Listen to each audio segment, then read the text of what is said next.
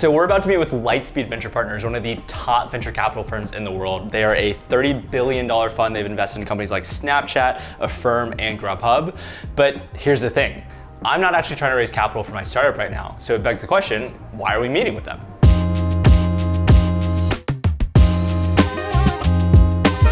So if you're not looking to raise money right now, why are you doing this meeting?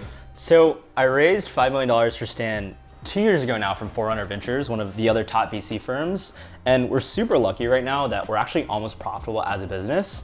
And so I actually don't really see a need to raise more money right now. I just don't have an efficient use of capital. And personally, I don't think that the Silicon Valley model of like raising a bunch of money over time is actually a good thing for your business or honestly your values. But at the same time, one of my jobs as a CEO is to make sure, number one, my team, my employees never have to worry about our finances. And number two, that I can actually pay them super well. And so it's really important as you think about raising money for your business one day to keep these long-term relationships with investors warm, because if there ever is a moment where we do need to raise capital or we see this big growth opportunity, well, this meeting with Lightspeed Venture Partners, basically because I've met with them now, they'll be much more ready and inclined to actually invest if I do a good job at this meeting. And also, I thought this would just be an awesome opportunity to teach you guys how to actually pitch yourself to VCs and build a relationship, because having raised so much VC myself for my own startup, and then also before this job, I actually worked at another top VC fund, I've learned how scary this process is, and my goal is to just demystify as much of it as possible for you. So as we walk over to this VC meeting, I'm gonna teach you everything you need to know to prep for a meeting and then crush it as well. So the whole point of meeting with VCs is actually to get them to invest in your company, which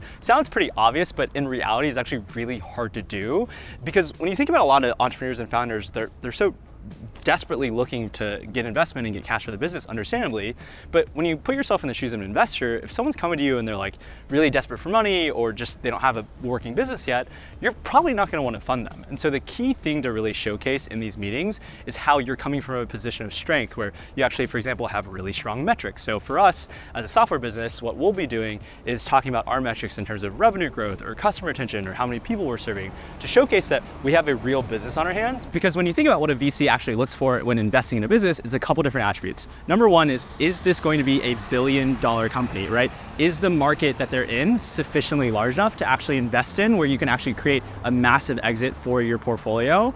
The number two is this specific business within this specific market actually the right business to bet on? That's really looking at your product, looking at your business itself, and thinking about what is the competitive differentiation, like how are you going to beat all your competitors or how are you going to disrupt the industry? And then lastly, one key attribute that investors look at is actually the team. So specifically in this case for your startup, founder market fit. Basically, they're gonna ask, why are you, as the entrepreneur or the team, the right team to solve this problem, actually win this market? And so as we head into our meeting over here, what you'll see me do is actually weave in all of these different attributes into our conversation. So our metrics and how well we're growing, why I'm the best founder for this job as a creator myself, and then even things like how we're beating our competition and how we differentiate so that our investors actually build a sense of conviction in our business as they get to know us. So we'll see how it goes. Here they are. Hi. Good to see you. Hi, I'm John. Good to meet you. I like the mullet. Oh my gosh, thank you. Thank you guys for coming over. Thanks for having us. having It's good to meet you. I've been hearing great things. I don't have a presentation, it just kept showing a desktop screen, so I was like, I'm gonna throw up our homepage. So I started management consulting as a Bain & Company for a couple of years, did TPG growth, did Bain Capital Ventures, and then left venture. Was an operator across a couple different companies, a little over 3 years. Most recently, it was a Clubhouse, social audio company. Cool. Yeah. Very fun experience. Certainly learned a lot, and it's been just great bringing a bunch of that back to the investing side. And so joined Lightspeed beginning of last year, first LA-based investing partner, and get to work with really talented founders like yourself. That's awesome. Well, good to meet you, man. Likewise. Likewise. Sydney, should we give your background for the audience? Do you want to? It is a very impressive background. Oh my gosh, that's very kind of you. Okay, so my background is largely in investing. I was at NEA for a few years when you and I first met on the consumer team there doing early stage. And then left NEA to go to the operating side of things, was at a small business, and then was running growth and strategy for most of our native brands at Dollskill, e-commerce fashion company. And then while I was at Dollskill, I started scouting for Lightspeed after angel investing for a while. And so got to know the team really well before joining full time. And then I joined about a year ago now. After graduating the GSP. After graduating which is where we GSP. got to know each I other. always like hide that one. Yeah, I would say with founders, like being an MBA graduate is like probably a net negative. Exactly. I'm like, I did some things. I was scouting mostly, otherwise busy. Most of our team, for what it's worth, are former business school students, and so myself excluded. Yeah. So you're the cool one. I'm in the minority. Actually, I don't know. I think I'm like, not cool enough, but it's fine. Should I give you some background? I love that. Yeah. You already know a lot of it. Yeah, but I'd love to do it again. The mission is really simple. It's also kind of like my personal story of just empowering anyone to make money working for themselves. I grew up immigrant kid, single mom, North Carolina. Where did you grow up? Bay Area, parents immigrated here from Iran. So you understand the story, right? Like we were told growing up to do like certain things, and then if you check these boxes, you'd be happy. And so for me, like I went to UNC undergrad, did CS, cold called my way to a job at Goldman Sachs. I was like, oh my gosh, I made it, right? Like immigrant kid made it. Then you get there, you realize like in consulting or like these great private equity jobs, like I don't want to be my bosses. They seem miserable. Yeah. And so I was like, why don't I start posting on TikTok, see what I can do? And so the very first video I posted on TikTok and like me asking myself like how can I give value to this world was just me posting career coaching content, specifically how do I as an underrepresented minority get my first dream job, because that was just my story. And it was the first time, especially as an Asian immigrant, where I was able to like actually be creative and learn what that meant for myself. And then also I was helping people. So that last factor that I was searching for, like I don't want to go back into finance. And so what can I do now? It's like, how do I make money through this? And so Stan, which is crazy, like 2.5 years ago was when I posted my first ever TikTok. I was like the laughing stock of the class. They're like, why are you posting on this dancing app? It's now like a company of 15 or so. We're about to get our first office across the street. Also about to be accidentally profitable.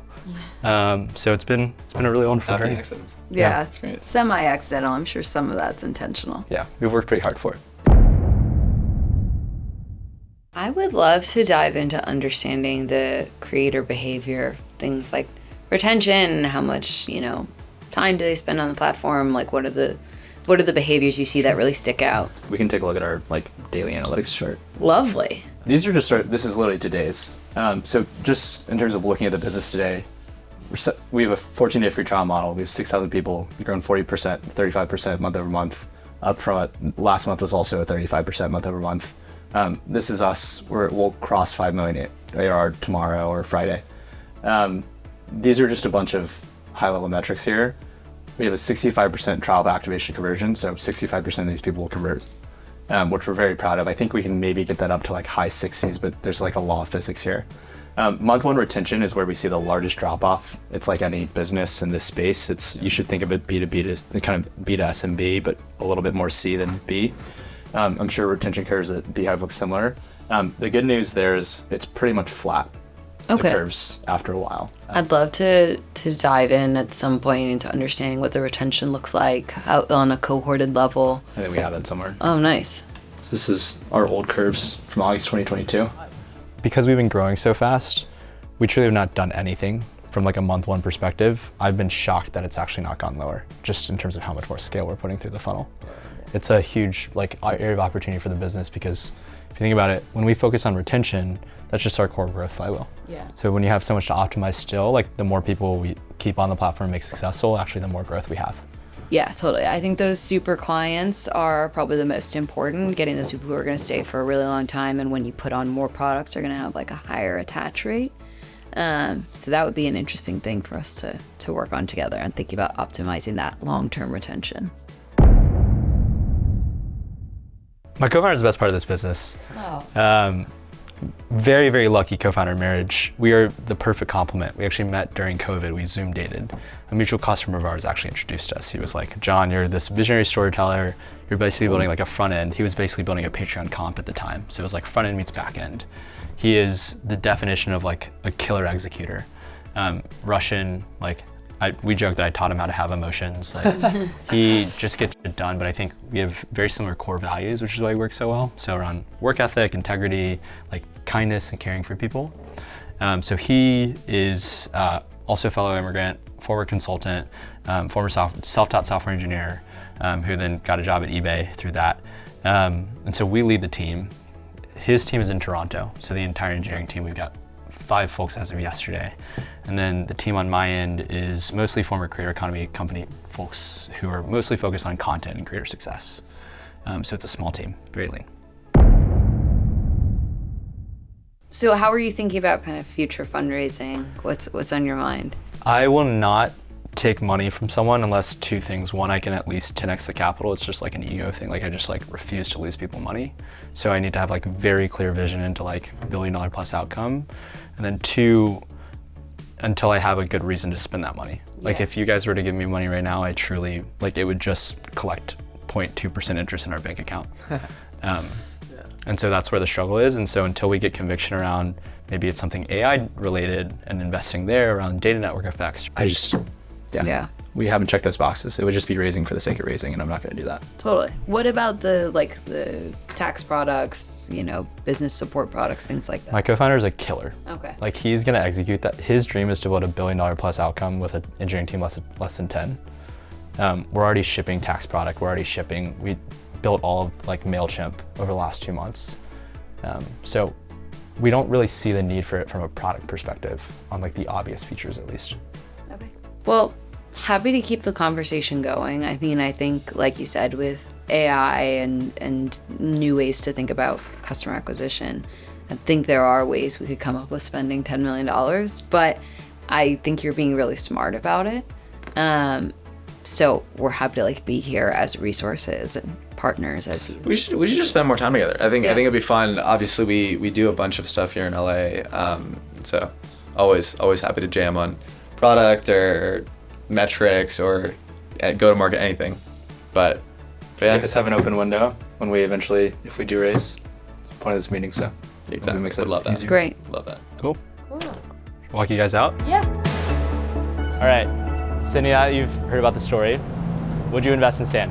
Yes, I would invest in Stan. Why is that? I really like the metrics. So looking at your retention, it's really strong. Your revenue growth has been pretty incredible. I also know you as a founder for a really long period of time. Obviously, I'd want to do diligence around like reference checks, understanding the customers, talking to customers, having customer calls. But off the bat, it seems just what you've built and like the metrics behind that are super impressive. Cool.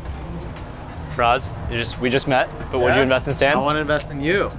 Yeah, I appreciate that. I think a lot of, again, early stage investing comes out to talented founders building in compelling markets, and I think you're just hearing a lot about your thoughtfulness with the category you're tackling, the business you're building. It's compelling. Cool. And what's the one piece of advice you would give to an aspiring entrepreneur? The one piece of advice I would give is don't be defensive. Every founder has a lot to learn. You're always going to be the person who knows your business best, but someone can always come in and provide a new perspective. So keep an open mind. Think about every opportunity as like a growth opportunity and a learning opportunity, and really take all advice as potential help. Sweet. I love that. Yeah, surround yourself with the best people who can, constantly be leveling you up every day and take a learning and growth mindset to being a founder. Sweet. Awesome. Well, thank you guys for coming by. Cool. Thank you for having us. I hope All right. this was helpful. It's good to meet you, man. Good to see you. I'm going to give you a hug. Oh, yay. All right, so how do you think it went? I think it went okay. I say that because I think I got kind of nervous and like my energy was lower. So I'm like kind of beating myself up for that. But they're both great. They're also like incredible backgrounds, really good investors as well. I think I'm trying to think about like, what I could have done better. I think one way where I could have built more conviction in the business for them was actually to show them actual case studies of some of our creators and customers and like how much we've changed their lives through the lens of our software to like really make it not just a numbers game where we're talking about revenue and metrics, but also like, hey, like these are the real tangible like emotional stories of how we actually help people. So I think that's probably the best way that I could have improved in some way. But I'd say like overall though, meeting was great. Like I really love seeing Sydney and meeting Faraz, and they're a great firm, and honestly, it just gets me excited. It was like a good warm-up for if we eventually want to go raise again. We'd obviously document that process and teaser. We'd get some pretty cool emails from folks. So make sure to stay tuned, make sure to subscribe, and just lastly, I genuinely appreciate your support in this journey. It just means the world to me. So I'll see you guys later.